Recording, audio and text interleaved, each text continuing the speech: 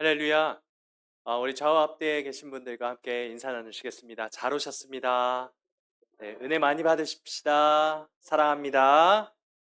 네, 여러분 신약 성경에서 가장 중요한 인물은 단연 예수님이시겠죠. 그 다음으로 중요한 인물을 꼽자면 누가 있을까요? 바로 사도 바울입니다. 로마서부터 빌레몬서에 이르기까지 신약 성경에서 13권의 책을 쓴 사람이 바로 사도 바울입니다. 하지만 바울은 기록만 많이 남긴 인물이 아닙니다. 그가 개척한 교회의 숫자가 몇 개냐면 6개나 됩니다. 바울이 전도 여행을 통해 다닌 도시는 다 세기도 힘들 만큼 많죠. 그는 로마가 다스리는 모든 대륙을 누비고 다니면서 교회를 세우고 복음을 전했습니다. 이렇게 위대한 업적을 남긴 사도 바울이지만 그가 처음부터 예수님을 믿었던 것이 아니라는 것을 우리 모두가 잘 아실 것입니다. 아니, 오히려 바울은 예수님을 믿었던 자들을 박해하던 박해자죠. 비포 애프터라는 말을 여러분 많이 들어보셨죠? 언제 많이 들어보시나요? 여러 가지가 있겠지만 다이어트 광고에 많이 나오는 것 같습니다. 다이어트를 한 사람이 그 사람의 체형이 아주 눈에 띄는 변화가 있을 때 다이어트 전과 후의 모습을 비포 애프터 사진으로 보여주죠. 비포 애프터를 비교해서 보여주는 이유가 뭘까요? 다이어트를 통해 이 사람이 그 전과 얼마나 달라졌는지를 강조하기 위함일 것입니다. 이와 비슷하게 사도 바울 역시 비포와 애프터가 너무나도 많이 다른 사람이었죠. 눈에 보이는 외모적인 변화가 아니라 그의 마음에서부터 큰 변화가 일어났던 것이 다르다면 다른 점일 것입니다. 예수 믿는 자를 심하게 박해하던 그가 어떻게 예수님을 만나서 예수님을 위해 목숨을 거는 사람으로 바뀌게 됐을까요? 어떻게 그는 예수님을 대적하던 박해자에서 예수님을 위해 자기 생명까지도 아끼지 않는 순교자로, 복음 전도자로 변화될 수 있었을까요? 오늘은 사도 바울의 삶을 짚어보면서 그 삶을 변화시킨 하나님의 일하심을 추적해 보고자 합니다. 먼저 첫 번째, 예수 만나기 전 바울입니다. 스데반이라는 사람을 잘 아실 것입니다. 직분이 무엇인지 아시나요? 스데반? 안수 집사님이죠. 사도행전을 보면은 스데반이 어떤 사람인지를 말을 하는데 믿음과 성령이 충만한 사람이었다라고 소개하고 있습니다. 그리고 하나님의 은혜와 또 능력이 충만했던 사람이기 때문에 그 스데반이 가는 곳마다 엄청난 일들이, 기적들이 일어났습니다. 유대인들은 이런 스데반을 아주 못마땅하게 여겼죠. 몇 년 전 예수라는 작자를 겨우겨우 처형시켜 그 모든 소유들을 잠재워 놨더니 이제는 예수의 제자들이 들고 일어나서 예수가 다시 부활하셨다 말하면서 수많은 사람들을 끌고 다니는 것 아니겠습니까? 그런데 그 중에 스테반이라는 사람은 그 중에서도 아주 부각이 되는 사람 중에 한 사람이었습니다. 유대인들은 결국 스테반을 죽이려는 계획을 세웠고요. 그리고 거짓 증인들을 세워서 불법적으로 스테반을 죽이기에 이르렀습니다. 그 유대인들 중에 이 사도 바울, 사울도 있었죠. 네, 함께 말씀을 볼까요? 사도행전 7장 58절, 8장 1절입니다. 성 밖으로 내치고 돌로 칠세 증인들이 옷을 벗어 사울이라 하는 청년의 발 앞에 두니라. 사울은 그가 죽임을 당함을 마땅히 여기더라. 아멘. 스데반을 죽일 때 결정적인 역할을 한 이 증인들이 그들의 옷을 벗어서 누구의 발 앞에 둡니까? 사울의 발 앞에 둡니다. 사울은 이 바울의 히브리어 이름이죠. 그 발 앞에 놓았다는 것은 사울이 그 사람들 중에서도 지위가 꽤 높은 사람이었다는 것을 증명해 줍니다. 그런데 그 사울이 어떤 식으로 이 스데반의 순교를 어떤 식으로 여겼습니까? 스데반이 죽는 것을 마땅히 여겼더라라고 말합니다. 여기서 마땅하다라는 단어가 무엇인지 헬라어로 나오는데 바로 쉬뉴도케오라는 뜻입니다. 옳게 여기다라는 뜻이죠. 로마서 1장 32절에 이 쉬뉴도케오라는 단어가 나오는데 이렇게 말을 합니다. 그들이 이 같은 일을 행하는 자는 사형에 해당한다고 하나님께서 정하심을 알고도 자기들만 행할 뿐 아니라 또한 그런 일을 행하는 자들을 옳다 하느니라. 그런 일을 행하는 자들을 옳다 하느니라. 옳다 하느니라. 이게 바로 아까 사도 바울이 마땅히 여기더라 라는 말과 같은 단어입니다. 이 말씀은 하나님의 기준, 하나님의 뜻, 하나님의 말씀과는 전혀 상관없이 자기 마음대로 행동을 하면서 자기의 행동을 옳다라고 생각하는 자들에 대해서 로마서 1장 말씀에서 사도 바울이 일침을 가하는 장면이죠. 심지어 이 사람은 자기와 같은 행동을 하는 사람에 대해서도 이것이 옳은 거야, 이것이 마땅한 거야 라고 정당화하는 사람입니다. 그런데 사울이 바로 이런 사람이었다는 거예요.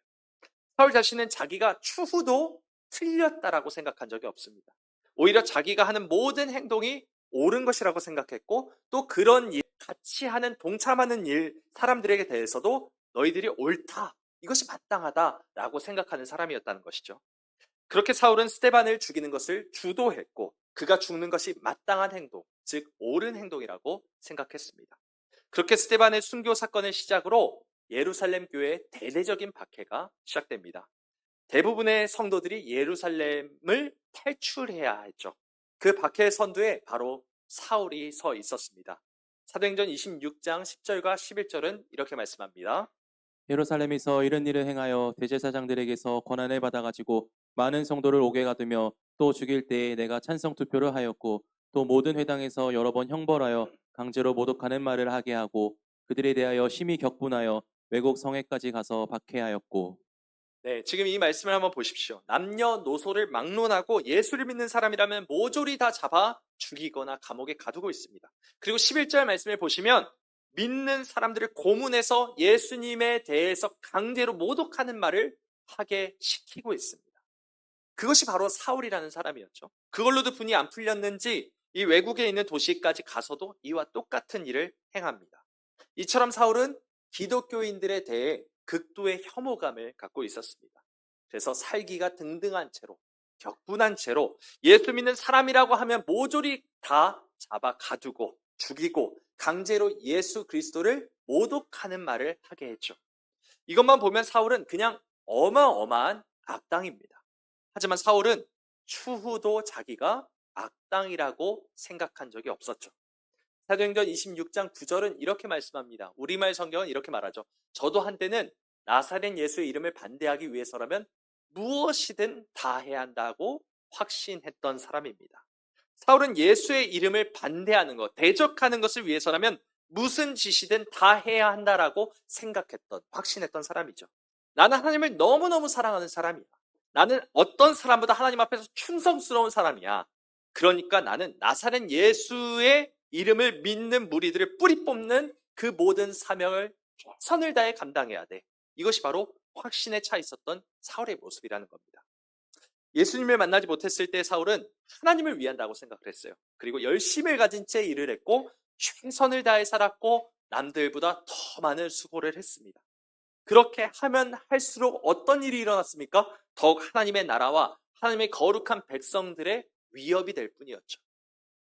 왜 그럴까요? 이유가 뭘까요?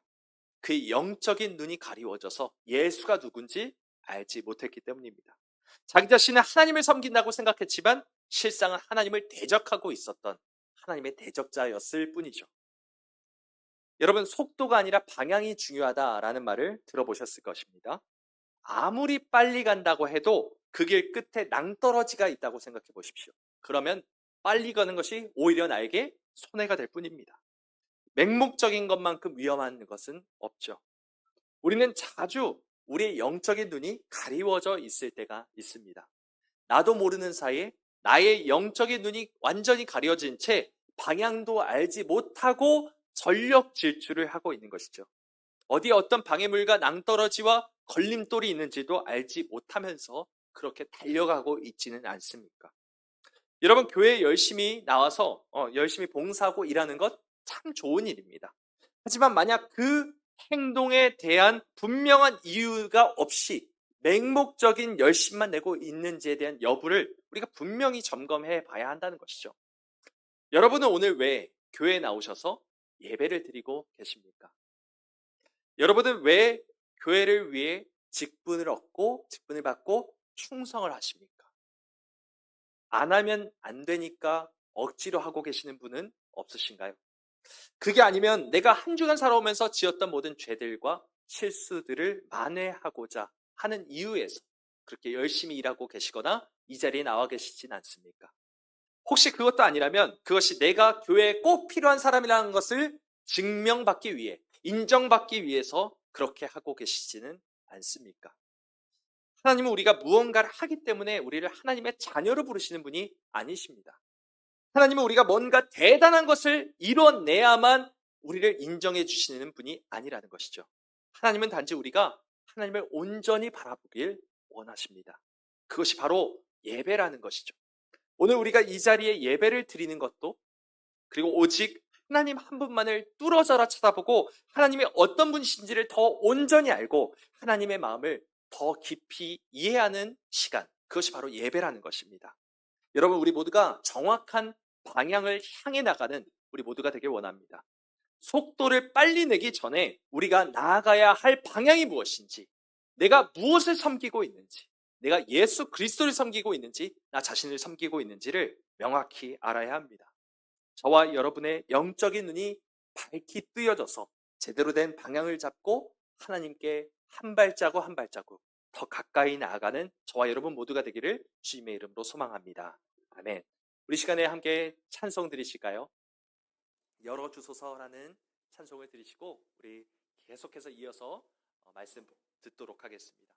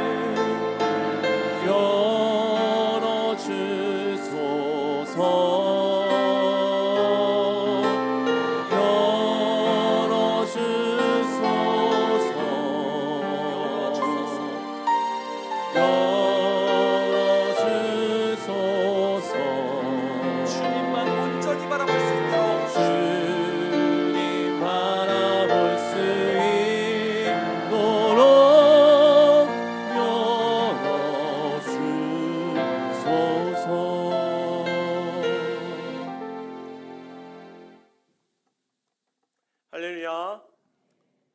우리 이제 두 번째 말씀을 나누겠습니다.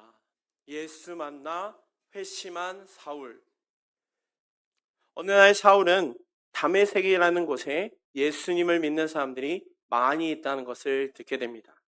당시 이 다메섹은 아라비아의 상인들에 의하여 동방의 진주라고 불릴 만큼 무역 교차로에 있어서 매우 중요한 도시였습니다.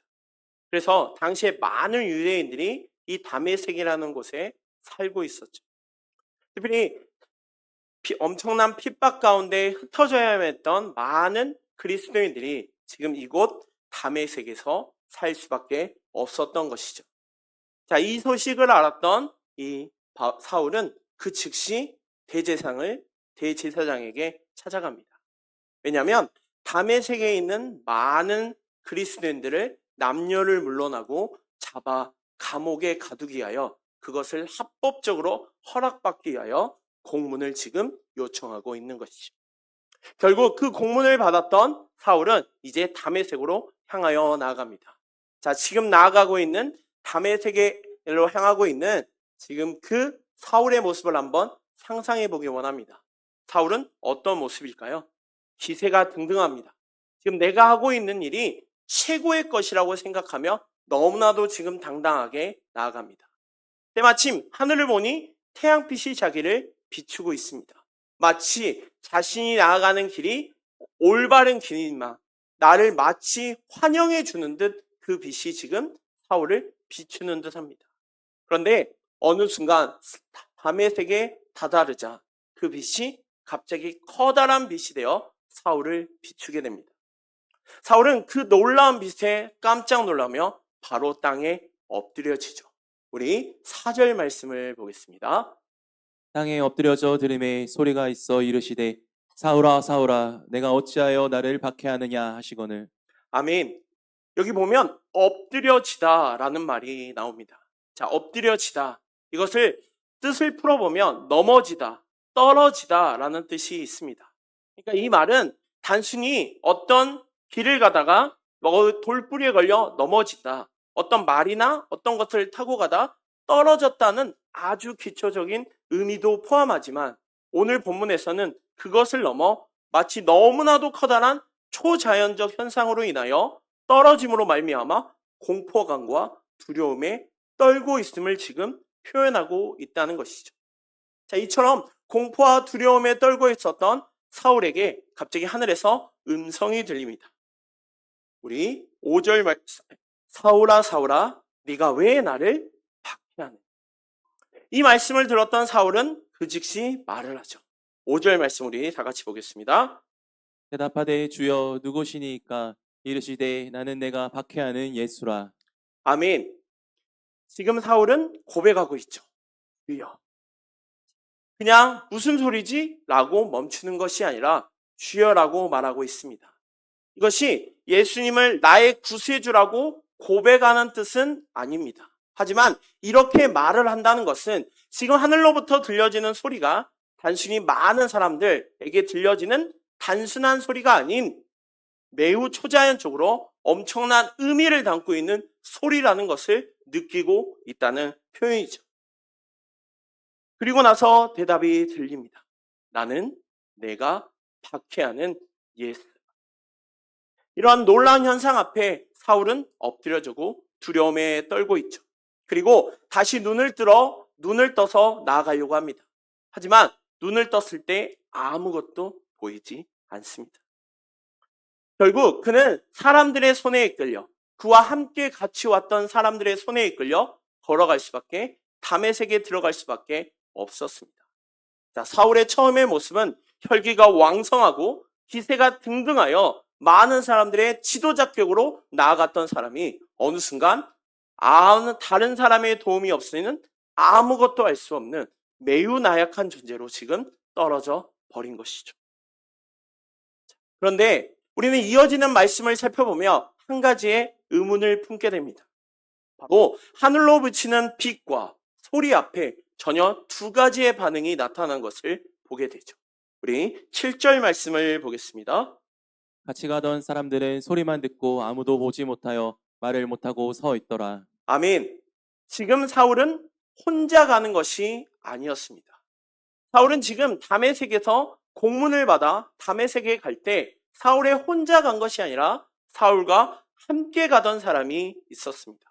그런데 같이 갔던 사람들 중에 유독 사울만 지금 이 소리에 반응하고 있다는 것이죠. 오히려 그 같이 갔던 사람들은 소리만 듣고 아무것도 보지 못하여 말을 못하고 서 있다라고 말하고 있습니다.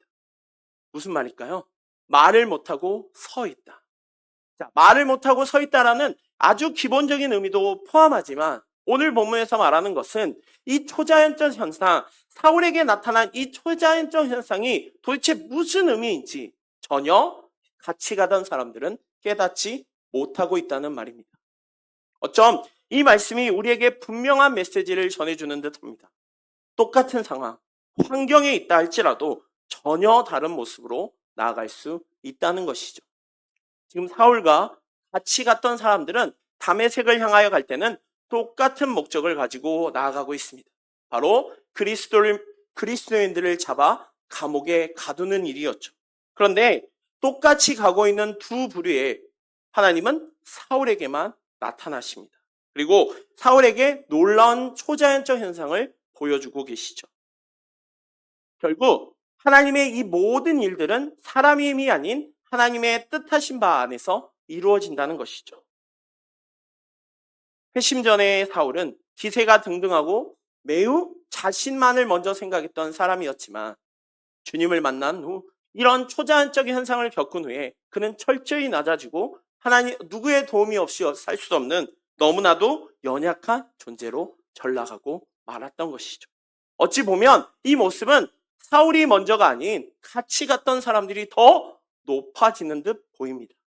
하지만 같이 갔던 사람들은 이 놀라운 하나님의 은혜, 하나님의 역사하심을 체험하지 못하고 여전히 자신의 방법대로, 자신의 뜻대로, 자신의 생각대로 살아간다는 것이죠. 사랑하는 성도 여러분, 우리 역시 지금 저와 그리고 여기 함께 예배드리는 모든 심령들 역시 이 두 분류 중에 한 사람일 수 있습니다.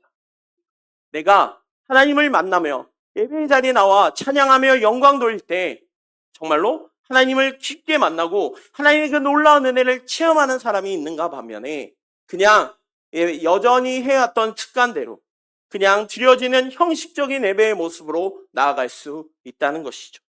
사랑하는 성도 여러분, 혹시 우리는 저를 포함한 여기 계신 모든 분들은 어느 부류에 지금 내 자신이 속해 있습니까?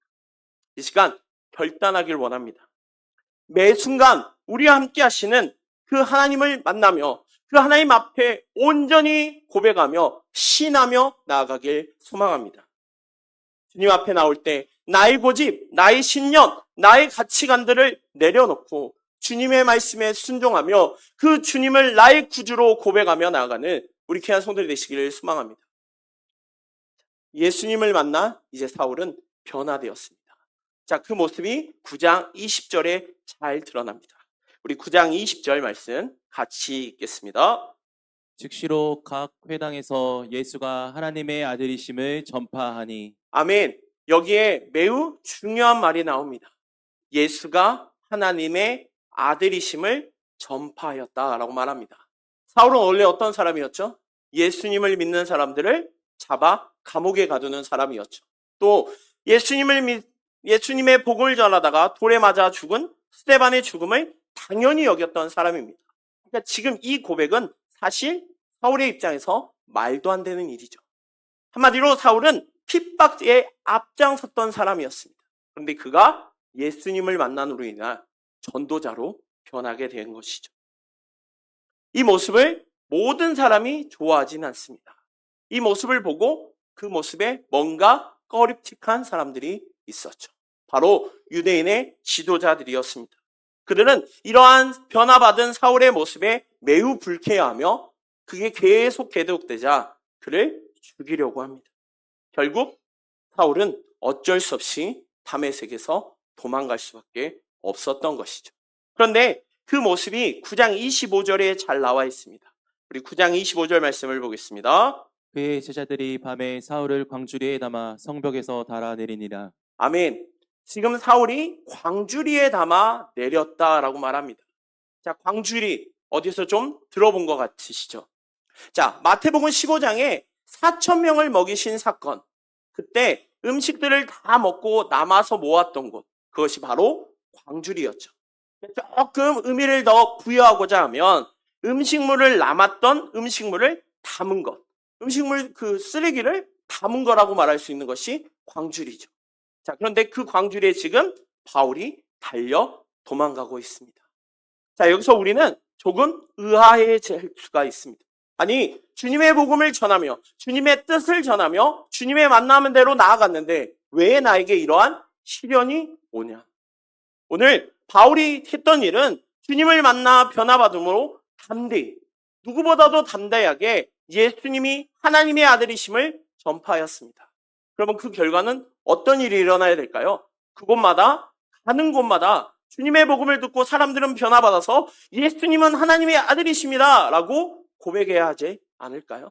근데 실상은 전혀 달랐죠. 왜 이렇게 될까요? 그것이 바로 오늘 우리에게 주시는 하나님의 또 다른 메시지일 줄 믿습니다. 왜냐하면 바로 이 세상이 하나님과 원수되었기 때문이죠. 사단이 공승권세를 잡고 이 세상에서 하나님과 원수되게 하기 때문에 우리는 주님의 복음을 전하며 주님의 뜻대로 살아갈 때마다 오히려 핍박과 어려움을 더 당할 수 있다는 것입니다. 그럼 우리는 그런 핍박과 그러한 염려에, 두려움에, 걱정에 포기하며 세상의 편에 나가야 할까요? 오늘 사울은 그 세상의 편이 아닌 하나님의 편에 도달합니다. 그리고 하나님의 편에 쫓아 나아갑니다. 사랑하는 성도 여러분, 우리는 결코 세상의 편이 아닌 하나님의 편에 속해 나가야 합니다. 오늘 주님을 만난으로 완전히 변화받았던 사울. 그는 그의 모습이 핍박자에서 전도자로, 그리고 자신만을 먼저 생각했던 사람에서 하나님의 복음을 전하는 일에 앞장섰던 사람, 그리고 그 과정 가운데 겪은 그 어떤 고통 역시 기쁨으로 나아갔던 사람입니다. 사랑하는 성도 여러분, 하나님은 먼저 사울에게, 핍박자였던 사울에게 찾아가셨던 것처럼 오늘 함께 예배드리는 모든 심령들 가운데 먼저 찾아와 주십니다. 그 주님을 고백하기를 원합니다. 그 주님의 이름을 높이길 원합니다.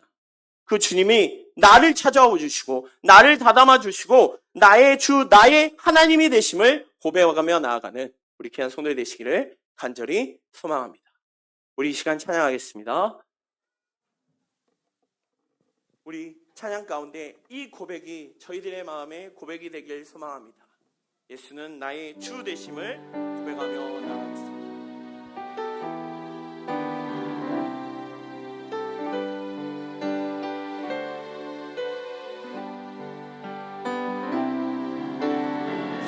시존하신 주님 이름 앞에 모든 무릎 꿇고 다 경배해. 거룩하신 주님 보좌 앞에 엎드려 절하세. 시존하신 주님 이름 앞에 모든 무릎 꿇고 다 경배해. 거룩하신 주님 보좌 앞에 엎드려 절하세.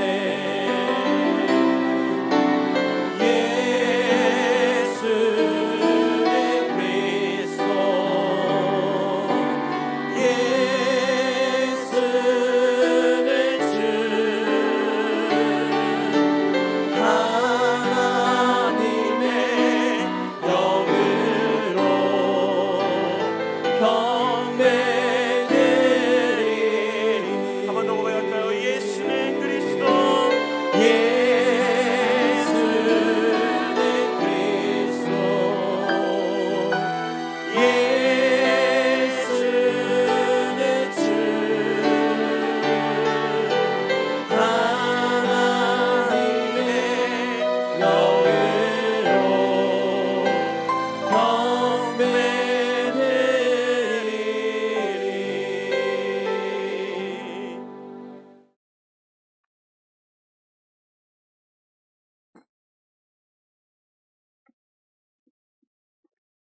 할렐루야.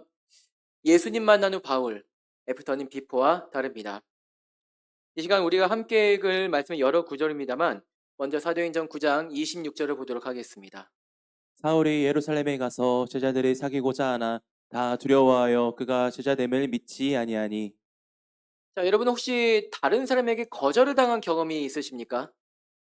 나는 좋은 마음으로 남에게 말을 했는데 이게 옳다는 생각을 가지고 남에게 말했는데 그 사람이 내 말을 믿어주지 않고 받아주지 않고 그런 경험 한 번이라도 있지 않으십니까? 26절 말씀의 맨 마지막 부분이 그렇습니다. 아니하다. 믿지 아니하다. 무엇을 믿지 않았습니까? 사울이 예수님의 제자된 것을 믿지 않았습니다. 오히려 사울이 거짓말을 해서 틈을 타서 자기들을 다 잡으러 왔다고 그렇게 오해를 해서 믿지 않았습니다. 사울이 제자들을 사귀고자 하나, 예루살렘 교회 지도자들과 같이 일을 하고자 하나. 이게 원문상으로는 한두 번 하다가 뭐 두세 번 하다가 거절당하니까 말고 이런 게 아닙니다. 예루살렘 교회 지도자들에게 이렇게 말하는 것이죠. 당신과 함께 일하고 싶습니다. 제발 같이 일하게 해주십시오. 이렇게 끝까지 들어줄 때까지 간청을 한 게 이게 그 오늘 말씀입니다. 사귀고자 하나. 그러나 예루살렘 교회는 사울을 받아주려 하지 않습니다. 이뿐만이 아닙니다. 자, 우리가 알고 있는 그 바울의 모습은 어떻습니까? 성령의 인도함에 따라서 그 전도 여행을 가서 사역하는 곳마다 정말 기적이 일어나고 뭐 사람들 회개하고 귀신이 쫓겨나고 교회가 세워지고 병이 고쳐지고 죽은 자도 살아나고. 그런데 사도행전 9장 말씀에 보시면은 사울이 복음을 전했어요. 담대하게 거침없이 전했습니다. 그러나 회심의 역사가 하나도 기록되어 있지 않아요. 오히려 사울 때문에 당황을 하고 사울을 죽이려고 합니다. 이유가 무엇일까요? 사실 거절당하다 이 메시지밖에 없는 것이죠. 과연 이유가 무엇일까요? 말씀을 준비하면서 사울이 대체 어떤 사람일까 이게 많이 좀 궁금해졌습니다. 자, 여러분에게 질문 하나 드리고 싶습니다. 자, 여러분은 바울을 어떤 성격을 가진 사람이라고 생각하십니까? 바울의 성격은 무엇일까요? 저도 나름 생각해보고 여러 자료를 찾아본 결과 하나의 결론에 도달을 했습니다. 보여주세요. 직진남. 목표를 정했으면 그 목표를 달성하기 위해서 뒤도 안 들어보고 옆에도 안 들어보고 자, 옆에 사람 보고 인사할까요? 잘 오셨습니다 라고 옆에 사람 봐야 되는데 그게 내 뜻에 맞지 않으면 안 보는 그런 사람. 그래서 목표를 반드시 이루는 사람. 어떤 성경학자는 바울의 전도 여행 코스를 보고 이렇게 결론을 맺었답니다. 이건 도무지 믿을 수가 없다. 이게 대체 한 사람이 다 도른 거라고? 그것도 2000년 전에? 그렇게 오해를 했답니다. 그러나 바울의 성격이 아마 하고도 남지 않았을까 싶어요. 반드시 이루는 사람이니까. 어쩌면 하나님께서 바울을 전도 여행자로 부르셨을 때 바울의 이런 성격을 아주 제대로 활용한 것이 아닌가 싶어요. 앞서 말씀드렸다시피 예수 믿기 전에는 예수님을 오해를 해가지고 그 예수 믿는 사람들을 아주 철두철미하게 끝까지 잔멸하고 박해한 그 사람이 바울이었죠. 그러나 예수님 영접한 다음에는 복음을 철두철미하게 끝까지 전하는 사람. 하나님께서는 이렇게 각 사람의 성품을 하나님과 그의 나라를 위해서 제대로 사용하십니다. 그러나 그 과정에서 바울도 그렇지만 각 사람이 반드시 깨닫게 하십니다. 너의 힘으로 되는 것이 아니다. 하나님의 다스리시고 인도하시는 은혜로 되는 것이 복음이며 교회다.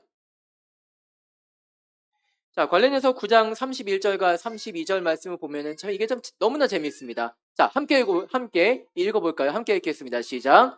형제들이 알고 가이사랴로 데리고 내려가서 다소로 보내니라.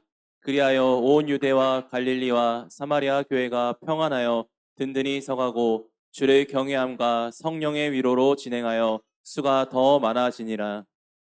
여기서 그리하여라는 말은 말 그대로 그리하여입니다. 앞의 구절의 결과로 뒤의 구절이 되어졌다. 그럼 이게 무슨 뜻일까요? 사람들이 사울을 죽이려고 하니까 형제들이 그 사울을 데리고 내려가서 다소로 보냈다. 그리하여 온 유대와 갈릴리와 사마리아 교회가 든든히 서갔다. 이거 눈치채셨습니까? 사울이 없어지니까 교회가 든든히 섰다. 야, 네가 없으니까 교회가 잘 되네? 이런 말 들으면 어떨 것 같습니까? 너 없으니까 교회 잘 돼. 저와 여러분이 사울이라 할지라도 너무 어이없어 하지 마시기 바랍니다. 이 대목에서 하나님의 메시지를 들으십시오. 내가 너를 사용하겠다마는 네 맘대로 되는 게 아니야. 잘 보고 잘 배우라고. 내가 사울 너를 제대로 사용할 거니까 너를 깨트리고 너를 활짝 열으라고. 사실 사울의 입장에선 이렇게 자기가 깨어지고 활짝 열려지고 이게 한편으로는 나 정말 되는 일이 없네 이렇게 생각하게 될지도 모르겠습니다. 그러나 그 과정 하나하나를 거치는 가운데 자격 없는 내가, 자격 없는 나를 하나님의 성도로, 일꾼으로 세우시는 하나님의 은혜를 제대로 알게 되는 것입니다. 오늘 말씀의 사건으로부터 30년이 지나고 나서 그때 당시에 로마에서 황제 재판을 기다리고 있던 바울은 에베소 교회 성도들에게 이런 말을 합니다. 이런 편지로 이런 말을 합니다. 에베소서 2장 8절과 9절 말씀입니다. 너희는 그 은혜에 의하여 믿음으로 말미암아 구원을 받았으니 이것은 너희에게서 난 것이 아니요 하나님의 선물이라. 행위에서 난 것이 아니니 이는 누구든지 자랑하지 못하게 함이라. 자기 열정이 넘쳤지만 거절당하고 배척당하고 형제들조차도 내보내는 그런 모든 과정을 통해서 내 의지가 아니라 내 힘이 아니라 하나님의 은혜로서 성도로 일꾼으로 세워졌음을 경험했기 때문에 이런 신앙 고백이 나오게 되는 것입니다. 더 나아가 바울은 빌립보 교회 성도들에게 또 이런 말을 남깁니다.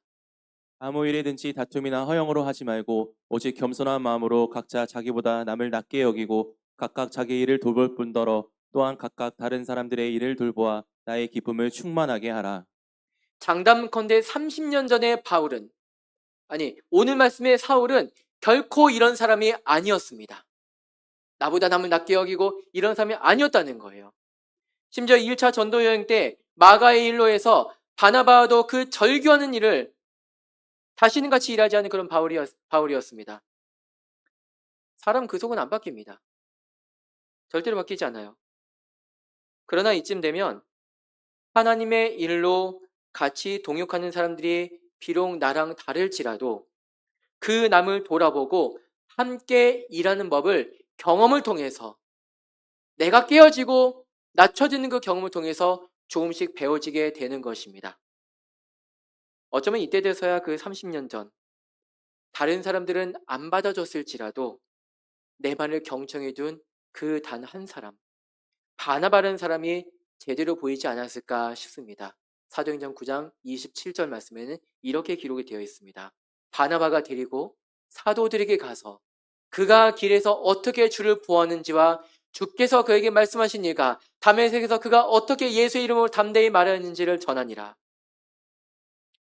내가 저 사람에게 너무나 낯설게 보이고 위험 인물로 보일지라도 나를 만나주신 하나님의 역사를 그대로 인정하고 나의 형제로, 자기 형제로 받아준 바로 그 사람. 그래서였을까요? 또 바울은 고르서 교회 성도들에게 보내는 편지 중에서 바나바와 절교하게 된 원인 제공자 마가가 이렇게 말하죠. 나와 함께 갇힌 사람. 이 마가가 고르서 교회로 가게 되면은 그를 열렬하게 영접하라고 그렇게 말해주고 있습니다. 그 모든 과정을 우리가 생각할 때 사실 그때 당시의 사울은 어떠했을까? 저는 오늘 이 말씀을 준비하는 가운데 일부러요. 바울이 아니라 사울로 적었습니다. 그리고 웬만해서는 다 사울이라고 말했습니다. 어쩌면 그게 그때 당시의 사울의 심정이었을지도 모릅니다. 나 사울이란 말이야. 나 유대인으로서 사울이란 말이야. 유대인 가운데 전도하고 싶고 유대인에게 복음 전하고 싶고 나의 힘과 나의 능력을 가지는 가운데 내 여신간의 말씀을 전하고 싶단 말이야. 그러나 하나님께서는 사울의 발음과는 반대로 사울의 발걸음을 하나님의 뜻대로 인도하십니다. 사울의 여정 그 페이지 좀 보여주시겠습니까? 네, 바울의 초기 여정인데 하나님은 사울을 유대가 아니라 처음부터 이방으로 계속해서 돌리십니다. 다메섹, 아라비아, 다메섹 그 3년 만에 예루살렘 갔는데 거기서 단 15일만 있었고요. 그러니까 15일 만에 내보내진 거예요. 그리고 다소에서 10년간 있었습니다.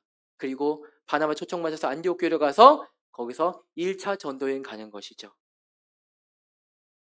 그렇게 그렇게 성령 안디옥 교회를 감고 나서 바나바와 함께 전도 여행자로 그렇게 파송되었을 때 우리는 비로소 성경 말씀에서 사울이 아니라 이방인의 사도 헬라식 이름으로서 바울이란 이름을 보게 되는 것입니다. 이제 오늘 이 시간을 정리하도록 하겠습니다. 애프터는 비포와 다릅니다. 애프터가 온전히 이루어지면은 그 전 비포는 더 이상 의미가 없습니다. 사울을 만나주려고 하는 예수님의 계획이 이루어졌을 때 하나님을 향한 열심, 그러나 눈이 멀어버린 그 열심으로 인하여서 예수 믿는 사람이 핍박했던 예전에 그 살기 등령했던 바울은 더 이상 의미가 없습니다. 다메섹에서 예수님 만난 은혜가 일어났을 때 그 예전 비포의 사울은 버려지고 예수님을 하나님의 아들로 영접한 애프터만이 남게 되는 것입니다. 우리도 그렇습니다. 예수님과 거리가 멀어진 옛사람이 비록 내 안에 도사리고 있을지라도 그 비포는, 그 옛사람은 이미 저와 여러분 자신에게 의미가 없습니다. 예수님 만났기 때문에 그 애프터로서, 예수님 만났기 때문에 지금 여기 이 자리에 있는 것입니다. 그리고 우리 주님께서 바울을 하나님의 사람으로서, 자기만 알고 있었던 바울을 하나님의 사람으로서 하나하나 빚어주시는 그 과정을 우리가 이렇게 보게 되는 가운데, 그렇게 빚어주시는 은혜로서 저와 여러분은 하나님의 나라 사람으로서 오늘을 살아가고 그 오늘의 은혜를 지금도 흘려보내는 것입니다. 흘려보내는 가운데 땅끝까지 이르러 주님의 증인이 되는 줄로 믿습니다. 우리 이 시간 찬양할까요? 원하고 바라고